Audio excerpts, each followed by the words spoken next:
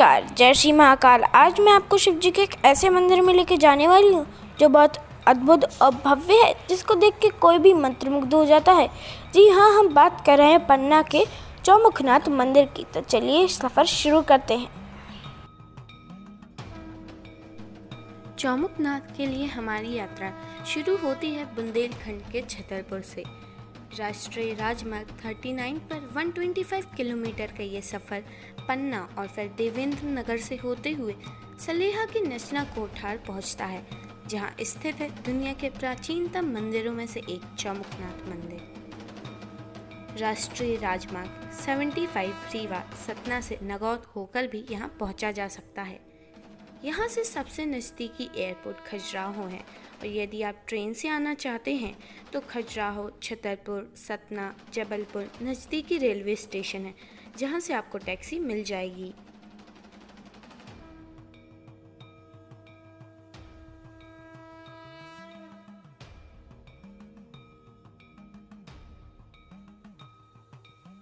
Destination पर पहुंच चुके हैं और लगभग 3 घंटे की यात्रा के बाद हमने टी ब्रेक लिया है।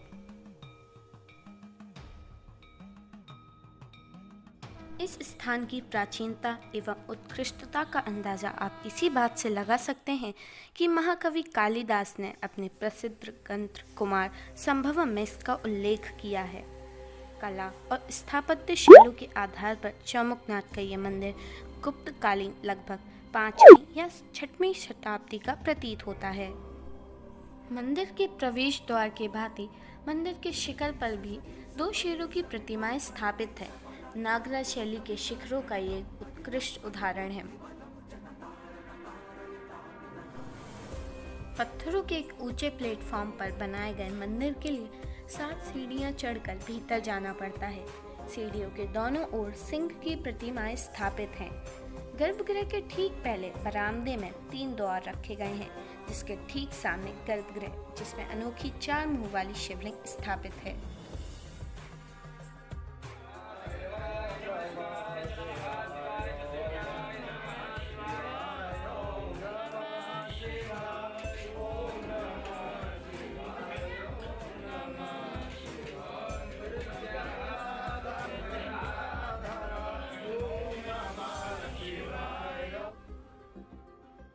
चार अलग अलग रूपों के मुखों वाली इस प्रतिमा के सबसे खास और संपूर्ण विश्व का इकलौता स्वरूप बेहद विशेष है। जटाओं में रुद्राक्ष की माला बंधी हुई है। सर्प, बिच्छू और धतूरे से जूड़ा गुथा हुआ है। गले में भी रुद्राक्ष धारण किए हैं। विषपान करते हुए भोलेनाथ का यह रौद्र रूप बेहद अद्भुत, प्रभावी और भय उत्पन्न करने वाला है।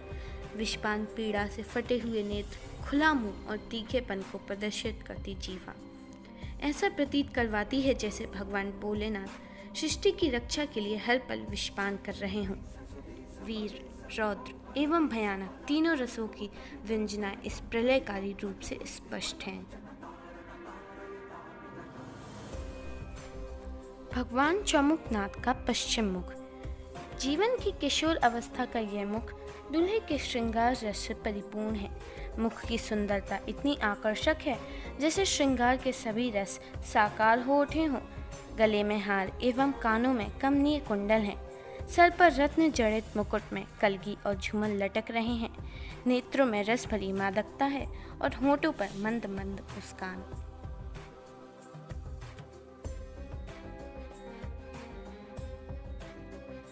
चौमुखनाथ का उत्तर मुख। यह मुख भोलेनाथ की अर्धनारीश्वर के स्वरूप को प्रकट करता है। जटाजूट और मुकुट दर्शनीय है। ध्यान से देखने पर मुख के दोनों पार्श्व भागों में नर नारी की भाव भंगिमाएं स्पष्ट रूप से झलकती हैं।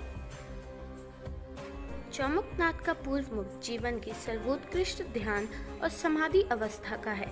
मुखमंडल पर चिर शांति और मोहक मुस्कान अवस्थित है। सर पर चंद्रमा विराजमान है।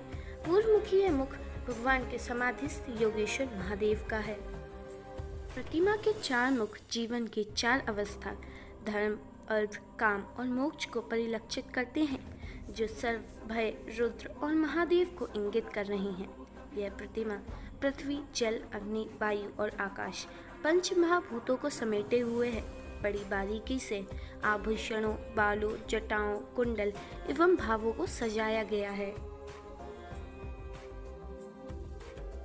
उत्तर में मां पार्वती विराजमान है।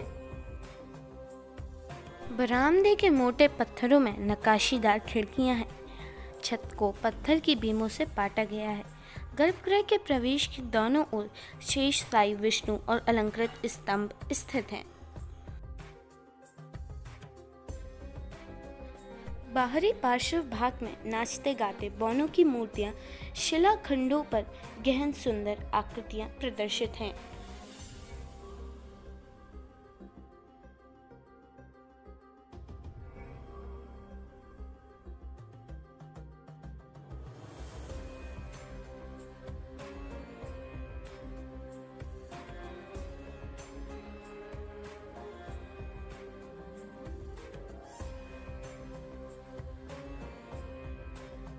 अब हम चलते हैं चौथी सदी के प्राचीनतम मंदिरों में शुमार पार्वती मंदिर की ओर।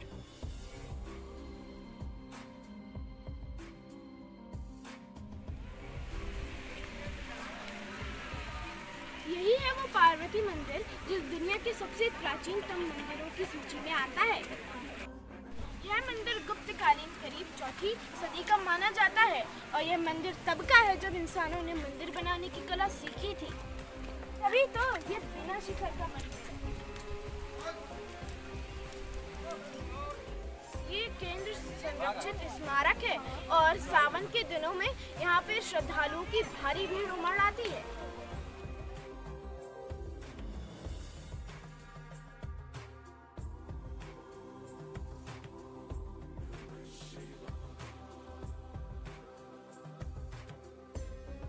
में मूर्ति के स्थान पर एक शिला रखी हुई है।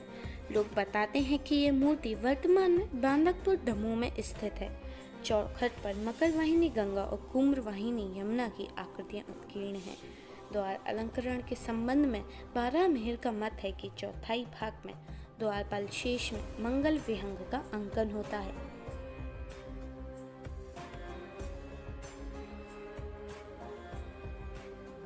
काल के मंदिर में नग्नता का कोई स्थान नहीं था। मूर्तियों पर मोटे वस्त्र अंकित किए गए थे।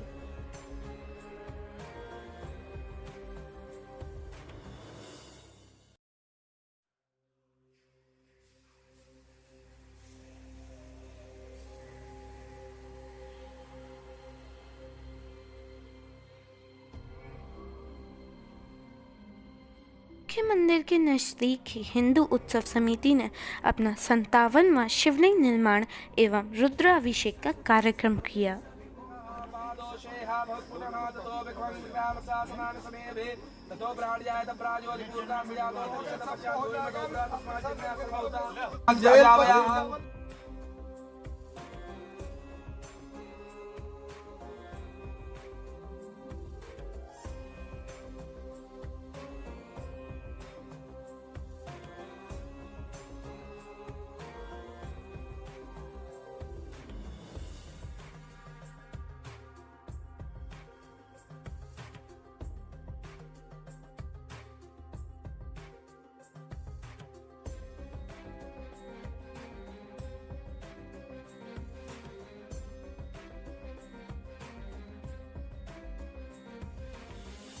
के विशाल वृक्ष के नीचे गुप्तकालीन चौथी शताब्दी का शिवलिंग अवस्थित है।